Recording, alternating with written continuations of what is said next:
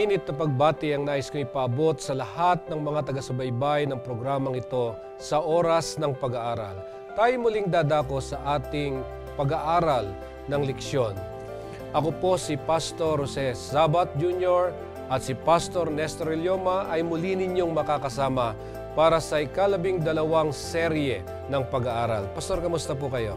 Mabuti po, Pastor. Ang Diyos ay napakabuti at patuloy na pinasasagana tayo sa Kanyang biyaya. Tulad ng atin pong ginagawa, atin munang batiin ang lahat ng mga taga-subaybay at tagapanood sa programang ito. So malugod po namin kayong binabati at pinapasalamatan sa inyo pong patuloy na pagsubaybay. Tayo po ngayon ay dalawang talakay na lang. Matatapos na itong lesson na quarterly po natin sa trimestreng ito. At dito po sa ating pag-aaral ngayon, pag-uusapan natin ang mga huling araw ng ating Panginoong Hesus dito sa lupa. Bago po tayo dumako sa ating pag-aaral, tayo po muna ay manalangin sa pangunguna ni Pastor Ilioma. Tayo po ay manalangin. Mahabaging Diyos na nasa mga langit, pinupuri ka namin sapagkat Ikaw ang daluyan ng pagpapala at buhay. Sa sandaling ito, nais naming pangunahan po ninyo ang bawat isa sa amin, lalong-lalo na sa pangunawa ng inyong mga salita. Huwag kaming magkamali, bagkos maunawaan namin ang mga banal na prinsipyo na nais niyo na aming isikabuhayan sa aming pag-aaral sa araw na ito. Patnubayan po ninyo kami ng inyong diwang banal at magtagumpay nawa ang Ebanghelyo sa aming mga buhay sa pangalan ni Jesus. Amen. Atin pong pag-aaralan ang distansya sa pamamagitan ng pagtatalaga ng tao at ng kanyang tiwala. Pero ito ay totoong napakaliit kung ikukumpara natin ang katapatan ng Diyos sa bawat isa sa atin at itong katapatang ito ng Diyos ay naging tiyak. Dito po sa ating pag-aaral na ito, isa rin na titingnan natin ang pagpasok ni Jesus sa huling panahon ng kanyang ministeryo bago ang krus at kung papaano ginamit ng maraming mga tao ang dakila at mamahaling kaloob ng kalayaan. Pastor Ilioma, isa po sa issues sa ating leksyon ay ang malayang kalooban. Ano ang ginagampanan po nito sa mga huling kaganapan sa buhay ni Jesus bago ang krus? Ayan, Pastor, mapapansin natin na mula sa pasimula na ipanganak ang ating Panginoong Hesus, yung kanyang pananaog dito sa lupa, ay nagkaroon na ng kapasyahan ito. Pansinin mo, Pastor. Opo. Kung babasahin natin doon sa Galatia, Kapitulo 2, ang talata ay 20, Pastor. Gusto kong ito ay idiin. Galatia 2, ang talata ay 20. Ang sabi po dito sa Galatia 2, talatang 20, ako'y napako sa krus na kasama ni Kristo at hindi na ako ang nabubuhay, kundi si Kristo ang nabubuhay sa akin. At ang buhay na kinabubuhay ko ngayon sa laman ay kinabubuhay ko sa pananampalataya. Ang pananampalataya na ito'y sa anak ng Diyos na sa akin ay umibig at ibinigay ang kanyang sarili dahil sa akin. Pansinin mo yung huling bahagi ng talata, Pastor. Ang sabi rito ay pananampalataya na ito'y sa anak ng Diyos na sa akin ay umibig at ibinigay ang kanyang sarili dahil sa akin. Opo. Now, yung tanong mo ay tungkol sa malayang pagpili ng ating Panginoong Hesus. Siya yung umibig, Pastor, at yun ay pagpili. Pag tayo'y umibig, hindi ito basta lamang pakiramdam. Hindi. Gagamitin ang ating kaisipan na pumili kung sino yung ating iibigin. At dito sa karanasan ng ating Panginoong Hesus ay kanyang ibinigay ang kanyang sarili dahil sa akin. So, ang ibig sabihin, kapasyahan din yon. Yung ibigay mo ang iyong sarili na mamatay sa krus, mabayubay doon, pagpapasya yon. At yon ang banal na pagpapasya na pinili ng ating Panginoong Hesus nang siya'y manaog dito sa lupa. Yeah. Pinakikita po yung paraan ng ating Panginoong Hesus kung paano niyang pinili na manaog dito sa lupa, ng kapasyang ito ay mula sa Kanya. Hindi ito idinikta ng sinuman, kundi pinakita niya yung tinatawag natin na dapat tularan, yung gamitin natin yung freedom of choice. Tama yun, na Pastor. sinasabi. Ngayon, may kasaysayan na naisulat itong si San Mateo bago nga po itong karanasan doon sa cross. At ito yung kasaysayan nitong si Maria Magdalena. Ngayon, isa rin po sa pinakikita yung ginawang mahalagang pagpili nitong si Maria Magdalena nung siya'y nagkaloob ng regalo sa Panginoong Hesus. Ayan. Basahin natin ang tala, Pastor, at mas magandang tunghayan natin ang mga kinasihang talata. Sa Kapitulo 26, ang talata ay 1 hanggang 16. Narito yung tala ng tagpo sa bago dumating ang kamatayan ng ating Panginoon Hesus, nag-attend o pumunta sa isang pagtitipo ng ating Panginoon Hesus, at narito si Maria Magdalena. Akin mong babasahin ang kasaysayan sa Mateo 26, talatang 1 hanggang 16. At nangyari na nang matapos ni Jesus ang lahat ng mga salitang ito, ay sinabi niya sa kanyang mga alagad, nalalaman ninyo na pagkaraan ng 2 araw ay darating ang Paskwa at ibibigay ang anak ng tao upang ipako sa krus.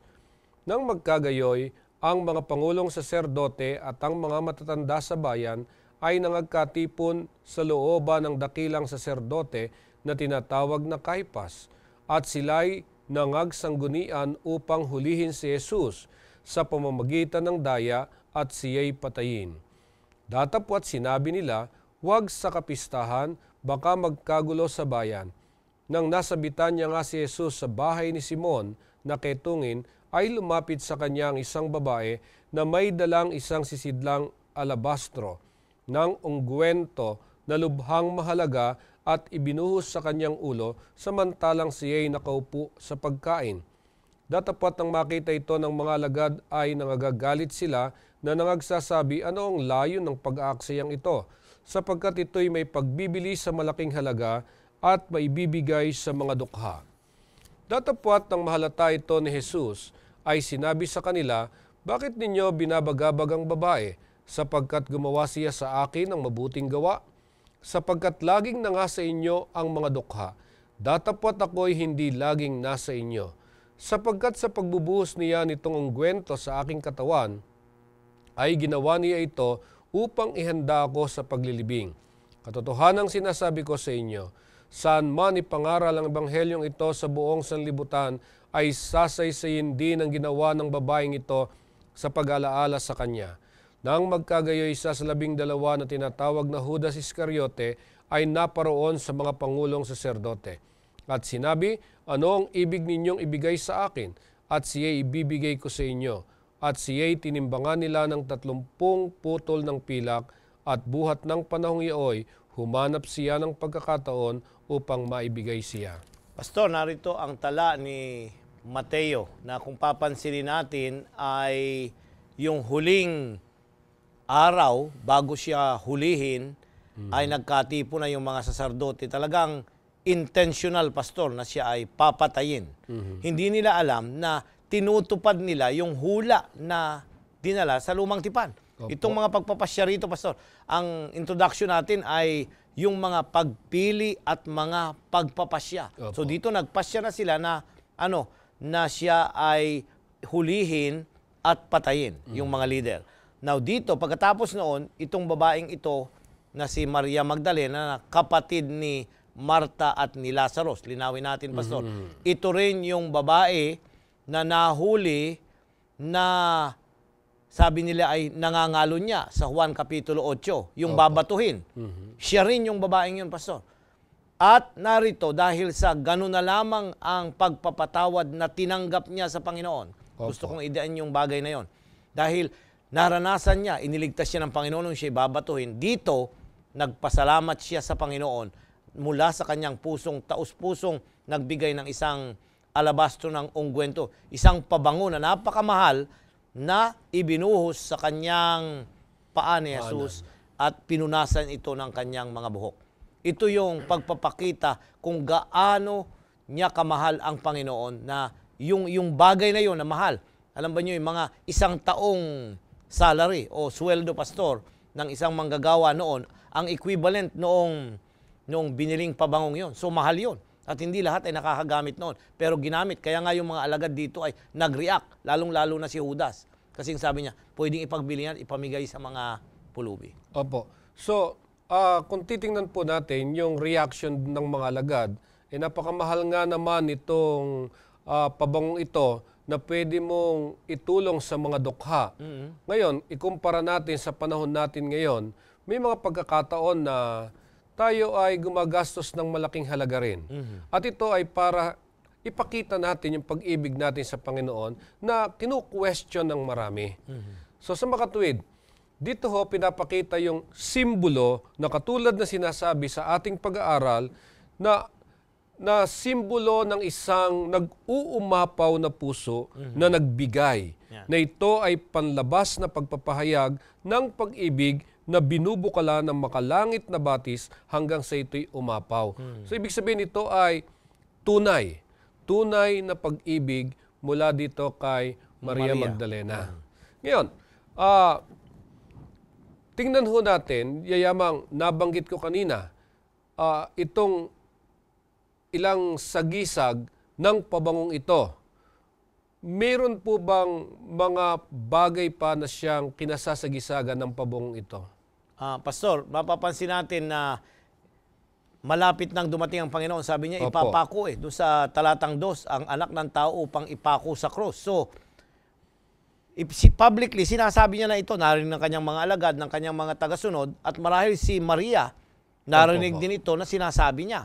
At kaya nga, nang ito ay pumasok sa kanyang kaisipan na gawin ito, ang sabi ng ating Panginoong Hesus, ginagawa niya ito para ihanda ako sa aking paglilibing sa talatang 12. Opo. So, kasi nung unang panahon, ini-embalm at nilalagyan ng mga pabango at ng mga ungkwento ang bangkay ng isang taong namatay para naman, pag sa panahon na siya ibinuburol, ay maayos at mayroon siyang magandang pananaw yung mga tao namang nakakakita doon. Opo.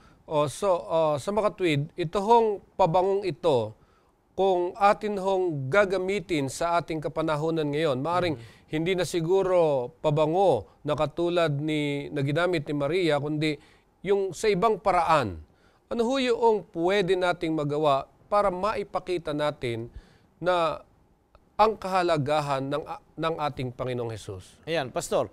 Pagka tayo ay nanata sa Panginoon, nagkakaroon tayo ng mga panata kahit tayo mga Adventista, mayroong mga pangako tayong ginagawa na tayo ay may mga investment na ginagawa. Ito ba'y tinutupad natin? Ginagawa ba natin? Kasi pag nangako tayo ng isang bagay para sa Panginoon, dapat natin gawin. Natatandaan ko yung karanasan doon sa Gawa Kapitulo 5, nangako si Ananias at Sapphira na pag nagbenta sila ng lupa, ibibigay ang kabuuan sa Panginoon. Anong ginawa nila? Hinati. Ayan. Kasi nakita nilang malaki yung halaga. So maraming mga bagay ang kinakatawanan nito. Ano yung bagay na pwede nating ibigay na ipinangako natin sa Panginoon na pagpapakita ng ating kahayagan ng pasasalamat at pag-ibig doon sa namatay at nagkaloob ng kanyang sarili para sa atin. Kasi kung titingnan natin kung bakit nagawa ni Maria Magdalena na maibuhos yung mamahaling pabangong iyon kasi naranasan niya kung paano siyang tinanggap ng ating Panginoon sa kabila ng siya ay makasalanan. Nakatulad rin natin, nababanggit ni Pastor Ilyoma na tayong lahat nakaranas na magsisi ng ating mga kasalanan at sa panahon na tayo nagsisisi, naroon yung ating pangako sa ating Panginoon.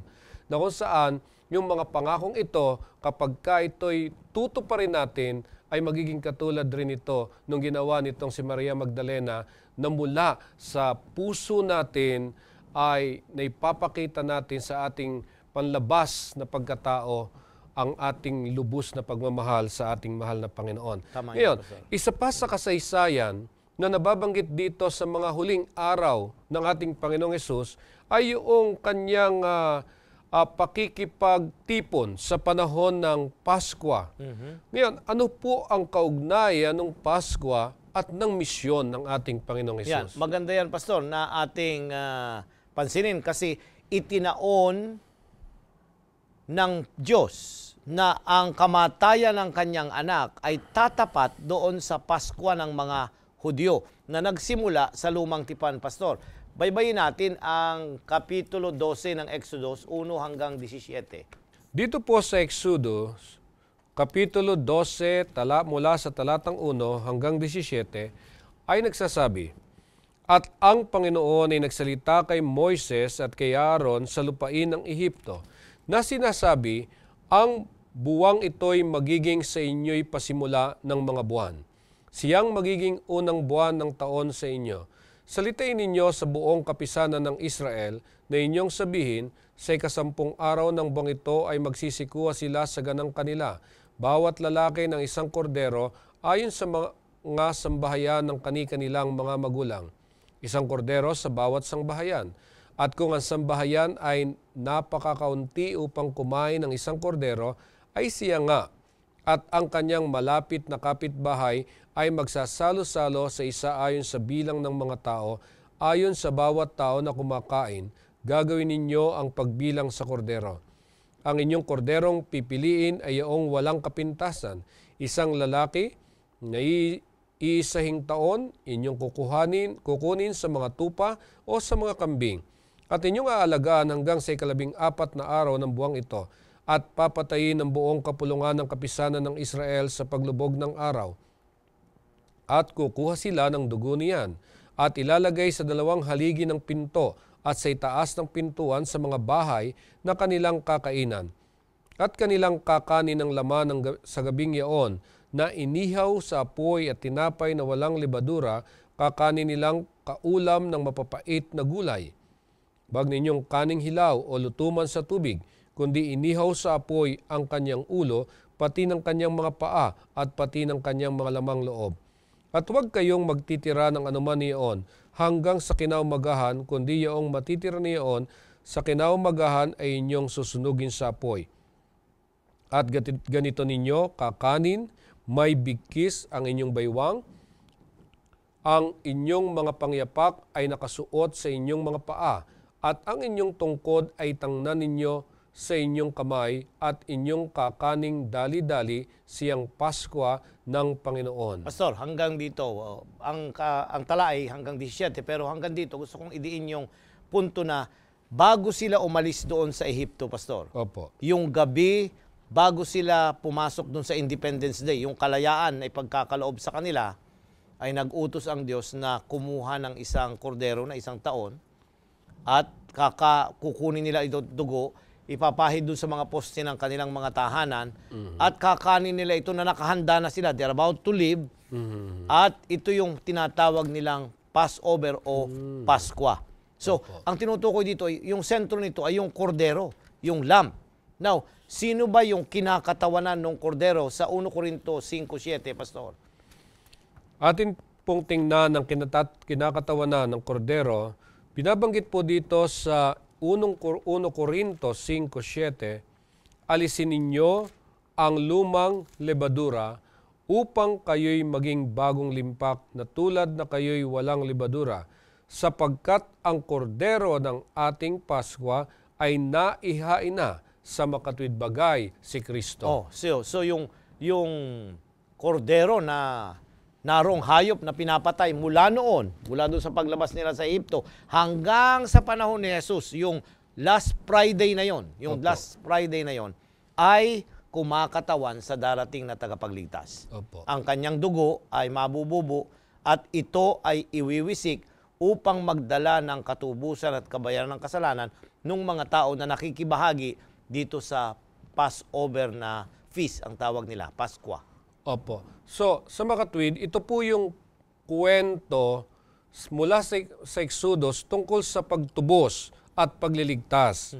Na ito ay isang gawain ng Diyos para sa mga taong walang kakayanan gawin ito sa kanilang sarili. Kaya nga, ito ay pinapakita sa atin ni San Mateo kung papaanong si Kristo na ang siyang gumanap nitong gawain ito. Kaya gusto ko pong makita sana, kasama ng ating mga taga-subaybay, yung ano ang kaugnayan nung Paskwang iyon sa misyon ng ating Panginoong Hesus. Ayan. So, yung Pasko ay paghahanda para sila'y mapalaya sa pagkaalipin sa Ehipto. Ang misyon ni Kristo, yung kamatayan niya, ang magpapalaya sa atin sa pagkaalipin sa kasalanan.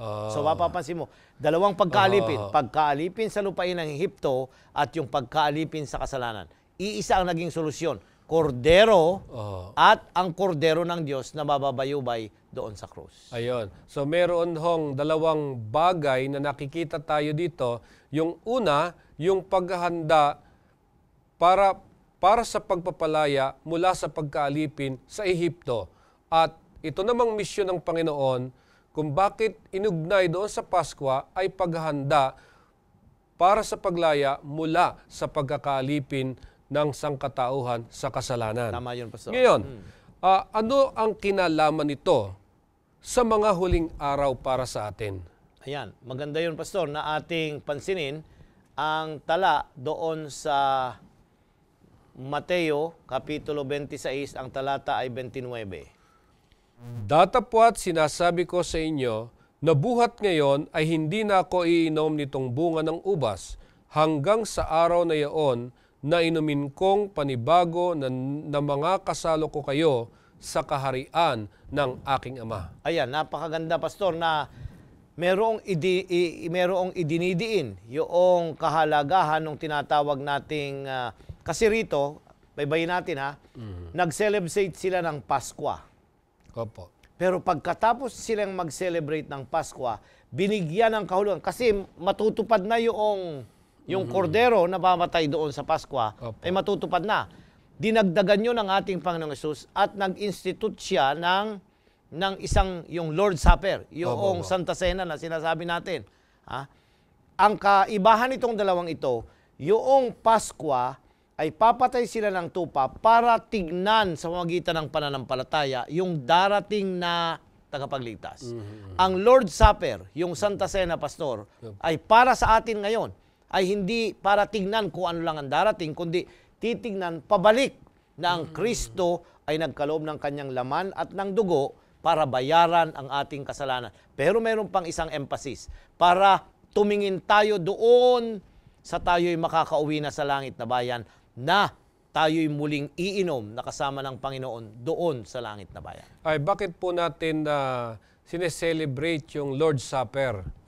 Ano ho ang significant nito, ang kahalagahan nito sa ating mga mananampalataya? Ayan.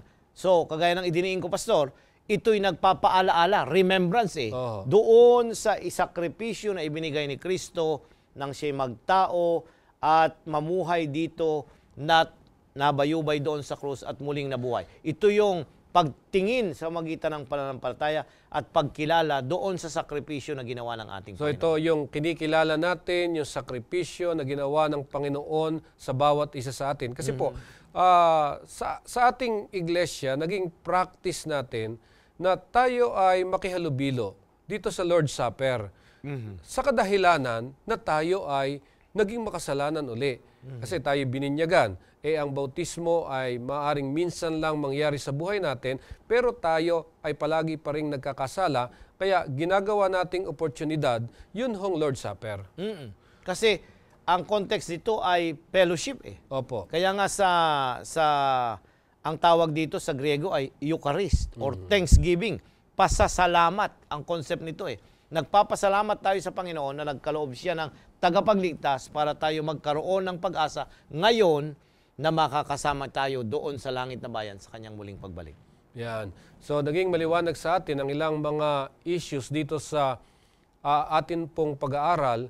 At isa pa po sa kasaysayang na sulat ni San Mateo ay yung karanasan ng ating Panginoong Hesus doon sa Gethsemane. Ayan. Ano ang kahalagahan nitong Gethsemane sa pagliligtas ng sangkatauhan? Sa tala ng Mateo, Kapitulo 26, talatang 36, pababa, Pastor, ating baybayin. Ganito po ang sinasabi sa mga talata. Nang magkagayoy dumating si Jesus, nakasama sila sa isang dako na tinatawag na Gethsemane, at sinabi sa kanyang mga alagad, magsiupo kayo rito samantalang ako'y pumaparoon doon at manalangin. At kanyang isinama si Pedro at ang dalawang anak ni Zebedeo at nagpasimula siyang namanglaw at ng lumong totoo. Nang magkagayoy sinabi niya sa kanila, namamanglaw na lubha ang kaluluwa ko hanggang sa kamatayan. Mga tira kayo rito at makipagpuyat sa akin.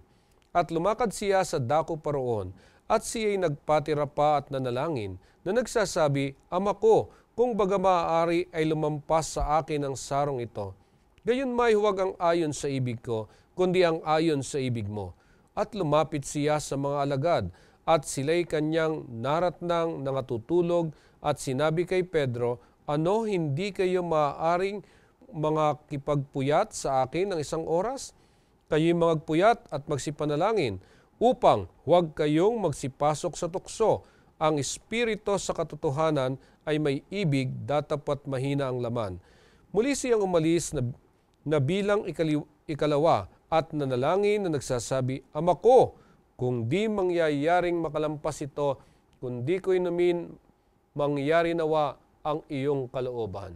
At siya'y nagbalik na muli at naratnan silang nangatutulog sapagkat nangabibigatan ng kanilang mga mata. At muli niya silang iniwan at tumalis at nanalangin sa bilang na ikatlo na sinabing muli ang gayon ding mga salita. Nang magkagay lumapit siya sa mga alagad at sinabi sa kanila, mga tulog na kayo at mangagpahinga, narito malapit na ang oras at ang anak ng tao ay ipinagkakanulo sa mga kamay ng mga makasalanan. Magsitindig kayo, hayo na tayo, narito malapit na ang nagkakanulo sa akin. Pastor, ano ang kahalagahan ng Gethsemane? Yun ang iyong tanong. Ayan. Kung minsan, ang hina-highlight ng karamihan na nag-aaral ng Biblia, yung krus. Which is tama yun. Kasi doon natupad yung kamatayan ng ating Panginoong Hesus. Pero ang tunay na laban ng Diablo, Pastor, at ng Kristo, kita ninyo sila'y nagharap doon sa ilang. Pero dito nagharap muli sila ng kaaway. Hindi natin makita ito kasi ito ay laban ng kadiliman. Kaya nga ang ating Panginoong Hesus dito, nang siya ay nananalangin, pinawisan siya ng dugo.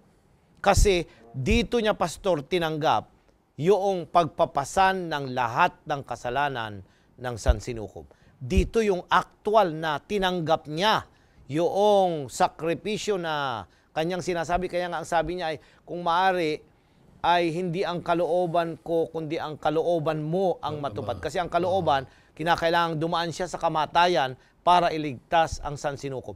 Ang Gethsemane, ito yung, kumbaga sa permahan ng kontrata, dito siya pumirma at ang kanyang dugo ang naging batayan para ang tao matubos mula sa kanilang mga kasalanan. At dito po ay pinakita ang isang matibay na pagpapasya ng Panginoong Hesus na handa niyang isuko yung kanyang sariling kalooban para sa kalooban ng Ama. Yun, tama yung Pastor. Kaya kagaya ng sabi natin kanina sa pasimula, ang tao ay inabuso niya yung kanyang pagpili. Kaya nga nang bigyan siya ng pagpili na pumili ng masama at ng mabuti sa punong kahoy na ipinagbabawal, pinili niya yung sumaway. Kaya nga doon inabuso niya. Dito naman sa halamanan, pansinin natin kasi pwede nating paghambingin yung halamanan ng Eden at halamanan ng Gethsemane. May kahoy may punong kahoy doon, dito meron din. Kasi yung pagsunod sa Panginoon, ang nais niyang gampanan, sa Eden, pagsuway ang kanilang naging pagpili. Likas po ng tao na piliin yung pinakamaaluan kung saan siya konbinyente. Siguro, kung isipin natin, napakahirap gawin na piliin mo yung alam mo na ikay mapapahamak. So kaya, tinitingnan ko po kung ano ang pwede nating maibigay na aral sa ating mga kasamang nag-aaral nito na sa paraan ng ating pagpili, tamang tayo ay daranas din ng pagdurusa, ng mga pagsubok, lalo na kung may kinalaman ito sa ating pagsunod sa ating Panginoong Hesus.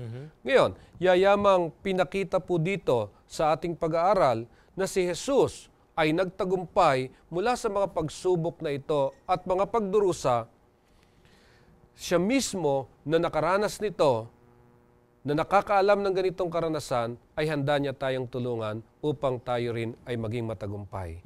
Ngayon, doon sa kasaysayan po doon, yung pakikipagniig ng ating Panginoong Hesus sa pamamagitan ng pananalangin, nandun ho yung paghihiwalay mangyayari doon yung paghiwalay niya mula doon sa Ama.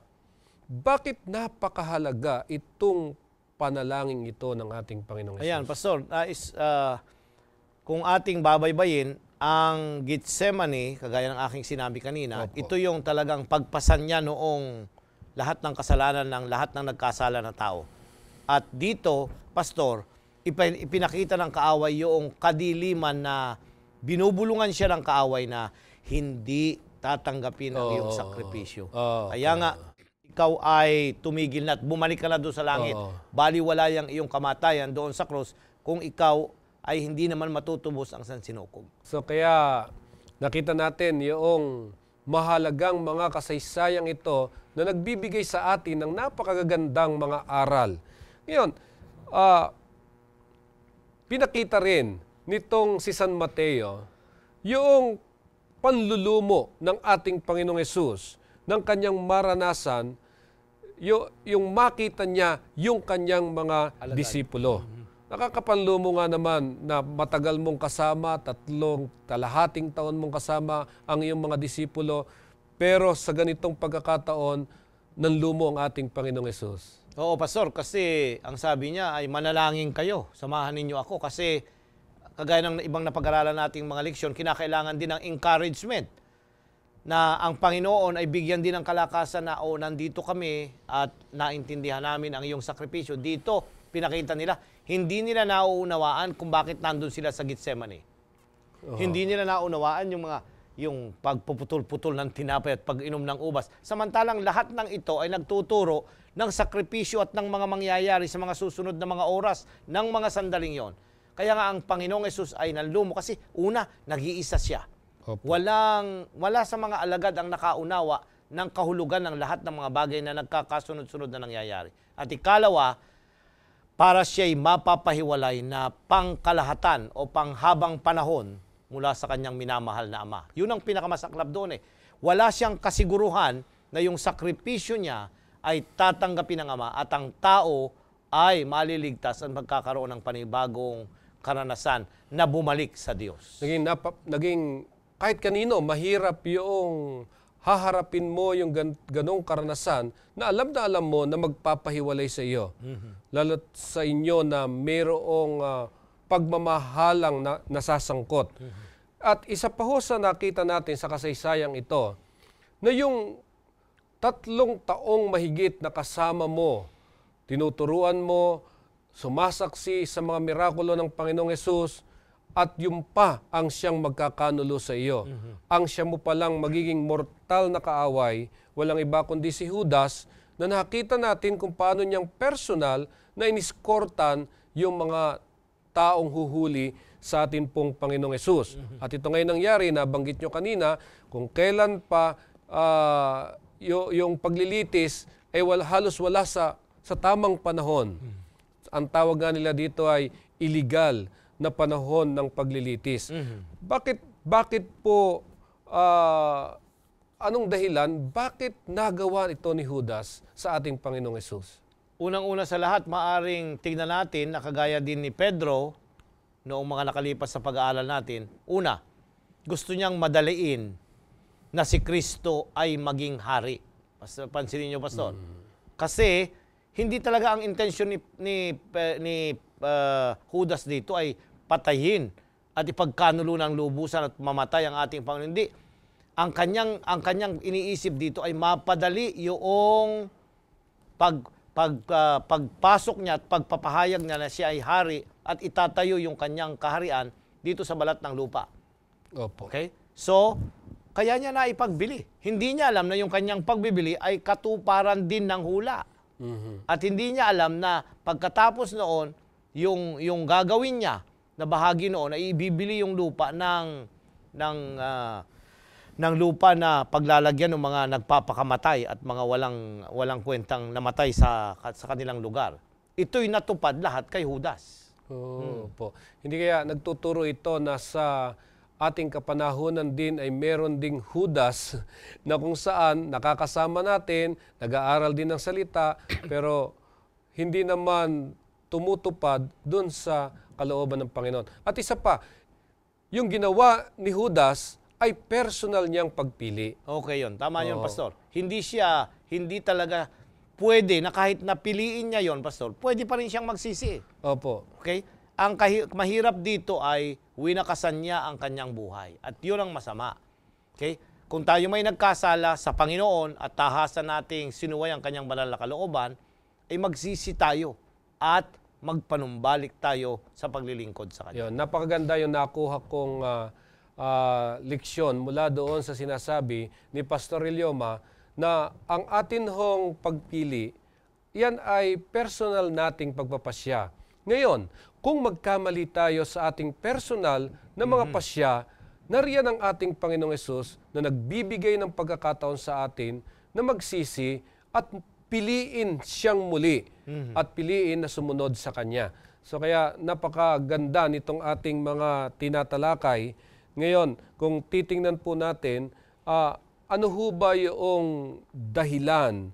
Yung sabing ganon, bakit anuman ang gamitin mong dahilan, kung bakit ka napalayo kay Jesus, anumang dahilan yan, wala yang kabuluhan. Ayan, Pastor. Napakaganda niyang puntong yan. Gusto kong idiin yan kasi maraming nagdadahilan na ako'y makasalanan na, wala na akong pag-asa, pabalik-balik na lang ako sa ganito.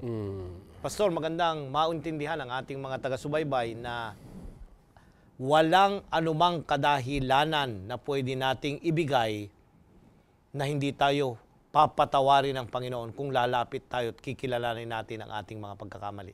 Kagaya ng sinabi mo, useless. Walang kabuluhan yung ating pagrarason na ganito na ako, ganyan ako, hindi na ako magkakaroon pa ng pag-asa.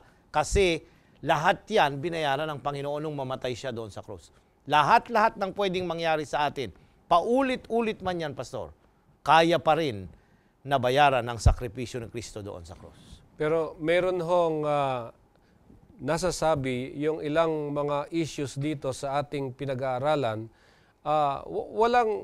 wala kang pwedeng maidahilan sa iyong paglayo sa Panginoon. Pero ang Panginoon, nandyan lang siya, lagi siyang bukas ang kanyang mga kamay para ikaw ay kanyang tanggapin. Pero sabi po yun po ay meron ding hangganan. Yung panahon ay binibigay ng ating Panginoon sa atin para tayo ay bumalik sa Kanya kung tayo nagkasala. Paano ho ba nating mailalarawan ang isang tao na laging puro gano'n ang kanyang mga kasalanan, darating ang panahon, ay hindi na niya magagawang lumapit sa ating Panginoon. Ayan, Pastor, kasi ang magiging hindi lahat ng kasalanan, Pastor, napapatawad. Opo. Pero merong isang kasalanan at yun ay yung kasalanan sa banal na espiritu. Yung kasalanan sa banal na espiritu ay kasi yung espiritu, siya yung nagsasabi sa atin na mali ito, magsisi ka. Yun yung maliit na tinig na nasa loob ng ating buhay, na nangungusap sa ating budhi, sabi ni Pablo. At yun ay unti-unting humihina ng humihina. Kapag paulit-ulit nating nagagawa ito, hindi na natin maririnig yung paalaala at pagsaway ng banal na espiritu. At pag nagkasala tayo, darating tayo dun sa punto na ayaw na nating magsisi. Bakit? Doon sa Isaiah 5:20, Pastor. Ang sabi po dito, saba nila na nagsisitawag ng mabuti ay masama, at ng masama ay mabuti, na inaaring dilim ang liwanag at liwanag ang dilim, na inaaring mapait ang matamis at ang matamis ang mapait. Nagkaroon na ng distortion yung kanyang pagpili, Pastor. Yung maliwanag nagiging madilim. Yung matamis nagiging mapait. Yung tama nagiging malina. Opo. Ito na yung punto na sinasabi mo na may hangganan yung panahon na ibinigay ng Panginoon para tayo magsisi at magkaroon ng kapanatagan at pagpapatawad ng Diyos. Ayan. So, hindi lahat ng panahon. Pero kanino nakadepende yun? Hindi sa Diyos. Hindi siya nagsabing, hanggang dito ka lang. Hindi. Sa atin yun Pag paulit-ulit ito, yung konsyensya natin, yung ating mga pagpili, hindi na natin makita kung ano yung tama. lahat pati mali nagiging tama na. Kaya nakadepende sa pagpili natin ang ating kahihinatnan. Kaya napakahalagang susuriin natin kung ang ating pipiliin, ito ay magdadala sa atin sa buhay na walang hanggan o aakay sa atin patungo sa kapahamakan. Ngayon, dito po sa ilang pang kasaysayan dito sa aklat nitong si San Mateo, napapansin ho natin, mahalaga sa Kristiyano ang pananampalataya. Yung sampalatayanan mo, ang Diyos ang siyang may lalang ng lahat ng bagay sa mundong ito at gayon din ang pananampalataya sa ating Panginoon Jesucristo. Kaya lang kung minsan sa ating mga pananampalataya ay nagiging sobra at kapag sobra ito ay nagiging mapanganib. Meron po bang mga sumusobrang pananampalataya at bakit ito nagiging mapanganib sa pakikipag-ugnayan kay Jesus? Ayan. Pag sinabi nating sobrang pananampalataya, kung ito'y pananampalataya sa Panginoon, wala pong sobra. Pero yung pananampalataya sa ating pansariling pagkaunawa, yan, Pastor. Kagaya ni Pedro dito. Mapapansin natin, di ba? Nangako siya, sabi niya, sabi ng Panginoong Hesus, iiwan ninyo ako.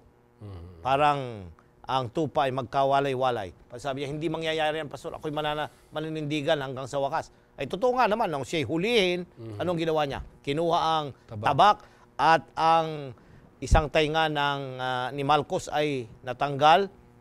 Talagang ipagtatanggol niya ang Panginoon. Opo. Dahil ang pagkaunawa niya, yan, ang pananampalataya niya ay yung pisikal na pagtatanggol ng, ayon ang connection niya sa Panginoon na pwedeng manatili siya doon. So hindi kanyang inaakala na, akala na naman niya, pansarili niyang pagkaisip at pagkaunawa. So, babantayan natin, Pastor, na yung ating sariling pagkaunawa ay baka mas mapanganib yung pagtitiwala natin sa Diyos. Dapat yung pananampalataya natin is not based on our understanding, kundi sa patnubay at gabay ng Diyos na galing sa langit. Kaya maliwanag dito na ang ating pananampalataya hindi nakabatay sa ating sariling pagkaunawa, kundi nakabatay ito mula sa mga prinsipyo ng kalangitan at higit sa lahat mula dito sa salita ng ating Panginoon. At meron nga hong mga pagkakataon na minsan tinitingnan natin, may mga tao na kapag manalangin ay napakahaba, walang patid. So, pagpapakilala nila ay sobra daw ang pananampalataya niyan. Pero sabi nga ganoon, yung pananampalataya mo maging katulad lang ng butil ng mustasa, magiging isa ng makapangyarihan. Kaya palagay ko nga po, tiyak naman siguro na walang sumusobrang pananampalataya. Ngayon, sa huling bahagi ng kasaysayan ng Panginoong Hesus, bago siya ipako sa krus, kanina pinag-aralan natin yung tungkol kay Judas, kung paano niyang pinagkanulo ang ating Panginoong Hesus. Ngayon, isang disipulo na naman na binabanggit na rin natin mula pa kanina ay si Pedro na nagkanulo rin sa ating Panginoong Hesus. Iniisip ko po, bakit nagawa ni Pedro na itanggi ang ating Panginoong Hesus? Unang-una sa lahat, maaaring sabihin nating natakot siya, Pastor. Yung takot. Natakot siya. Oo, kasi nung hulihin na yung mga kasamahan nila, nagtakbuhan na sila, natakot. Pero hindi yun, Pastor. Mapapansin natin na matapang si Pedro. Opo. Ipinakita niya nung kanyang hugutin ang kanyang tabak at tapyasan yung tainga ng isa sa mga lingkod ng mataas na saserdote. Pinakita niya na. Pero ang mapapansin natin dito kung bakit niya ipinagkalulu ang Panginoon, uulitin ko, Pastor, hindi niya tunay na kilala ang Panginoon. Kaya nga nung sabihin, kilala mo itong lalaking hinuli. Ang sabi niya, hindi ko siya kilala. Lumabas yung totoo, Pastor. Hindi natin sila sabing ipinagkalulu na, kundi lumabas yung totoo na talagang hindi niya kilala si Jesus. Maganda yung puntong yun ng ating leksyon. Okay? Na ang ibig sabihin ay, 3.5 taong magkakasama sila, pero hindi niya nakilala ng lubusan na ang Kristong ito'y mamamatay, ang Kristong ito'y maiintindihan siya, ang Kristong ito'y mamahalin siya kahit anumang pagkakalulo ang kanyang gagawin sapagkat ito ang likas ng Kristong ito na nagkatawang tao. Malaking issue ito na dapat nating pansinin, lalo tigit sa ating mga naniniwala sa ating Panginoon.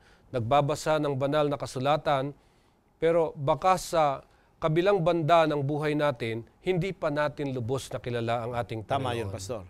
Kaya babalikan uli natin yung bantayan natin ang ating mga sarili at ang ating paraan ng pagpili upang sa ganoon, laging ang ating mga gawain, ang ating mga pagsasalita, ang ating paraan ng pagsuko sa ating Panginoon ay lagi nakabase doon ho sa mga prinsipyo na katulad ng sinusulat nitong si San Mateo.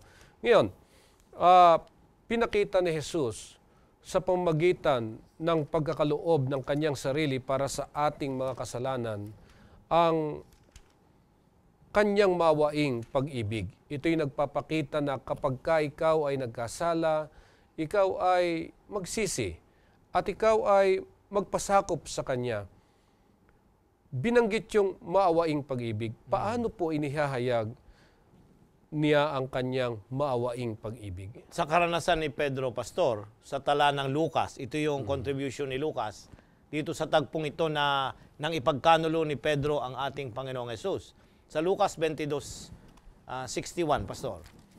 At lumingon ang Panginoon at tinitigan si Pedro at naalala ni Pedro ang salita ng Panginoon kung paanong sinabi niya sa kanya, bago tumilawak ang manok, ngayon ay ikakaila mo akong makaitlo. Napakaganda, Pastor. Ang ginamit ng Panginoon para ipakita yung kanyang nagpapatawad na pag-ibig. Opo. Hindi niya na nakausap malayuan Kaya hindi na bukadora ang ginamit. Ang ginamit niya ay yung kanyang paglingon. Isang pagtingin kay Pedro. At yung pagtingin na yun ang ating nagkatama ang kanilang mga mata. At walang panunumbat. Hindi ko alam kung paano yun. Yung tumingin na hindi ka nanunumbat. Yung walang panunumbat, kundi awa ang naramdaman ng ating Panginoong Hesus. At imbitasyon, paanyaya na ikaw ay magsisi, Pedro. Alalahanin mo na ikaw ay nangako. At sinabi ko na sa iyo, binigyan na kita ng babala na bago tumilaok ang manok ng ikalawa, ay ako'y pagkakanulo mo ng 3 beses. Kaya si Pedro pagkatapos nito'y tumakbo, umiiyak, tumatangis sapagkat yung pagtingin ni Jesus sa kanya, tumimo sa kanyang puso at kaisipan. Narito ang tagapagligtas. Nabasa ang kanyang puso at diwa. Bago pa mangyari ito, binigyan na siya ng warning pero masyado siyang nagtiwala sa kanyang sarili.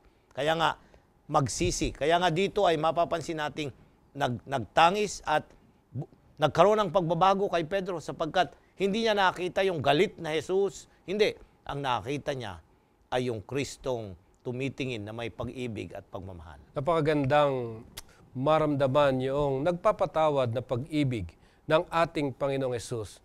Makita po ninyo, nang tingnan ng ating Panginoong Hesus si Pedro, nadama kaagad ni Pedro yung pag-ibig ng ating Panginoon na kakaiba sa naging pag-uugali naman nitong si Judas.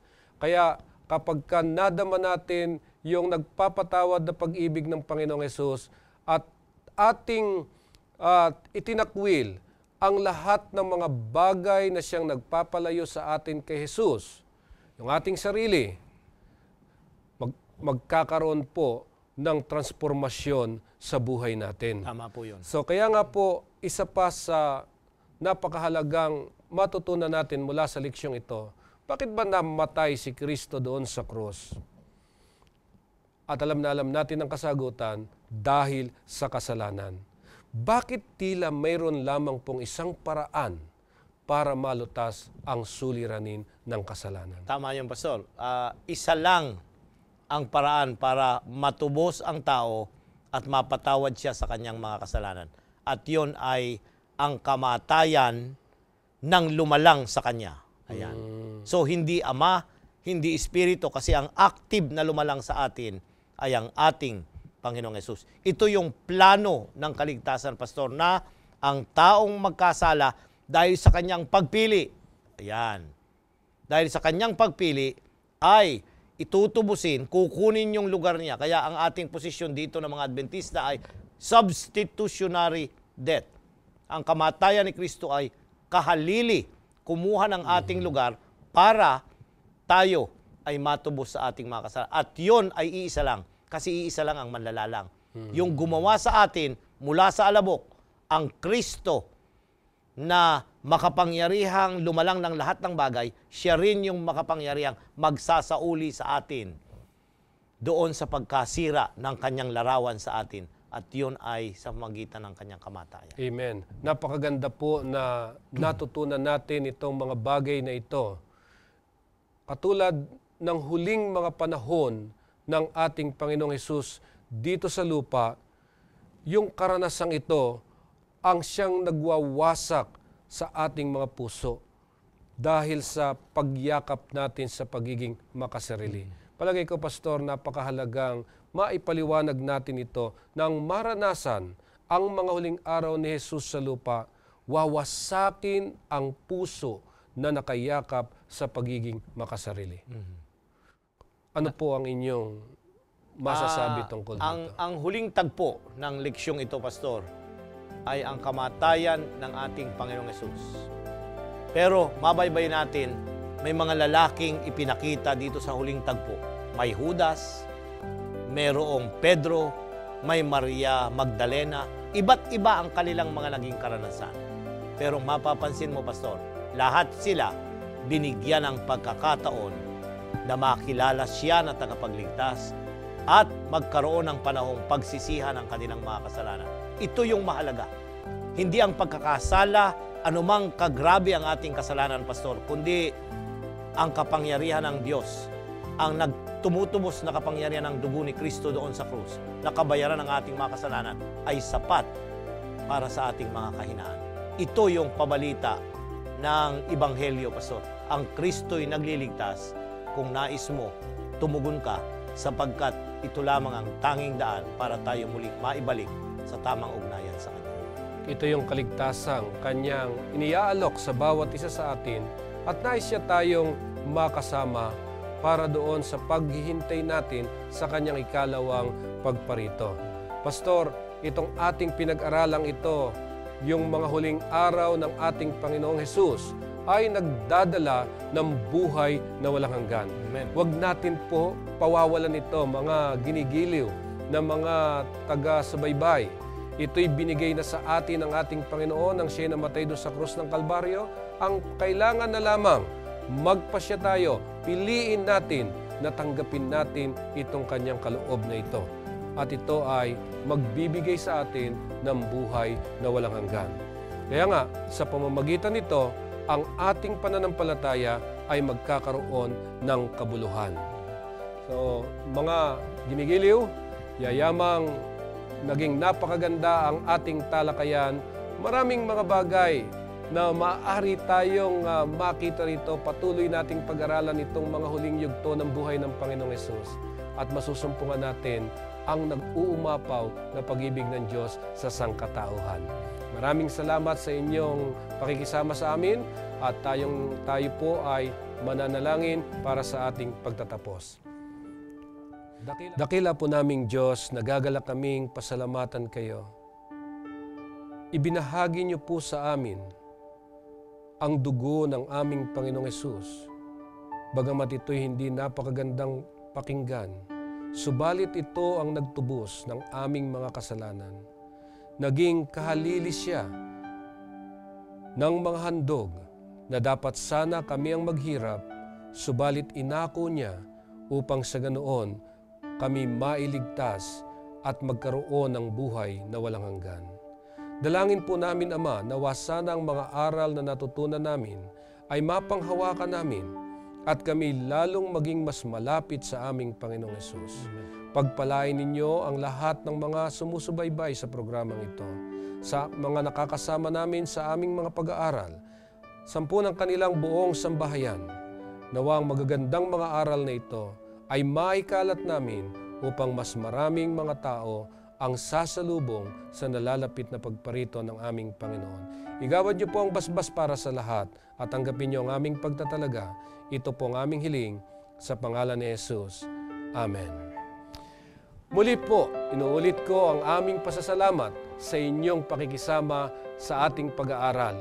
Ako po'y muling nag-aanyaya para sa susunod na pag-aaral na may temang ipinako at muling nabuhay. Ako po, si Pastor Cezabat Jr. at si Pastor Nestor Ilioma ay nagsasabing masaganang pamumuhay para sa inyong lahat. Marami pong salamat.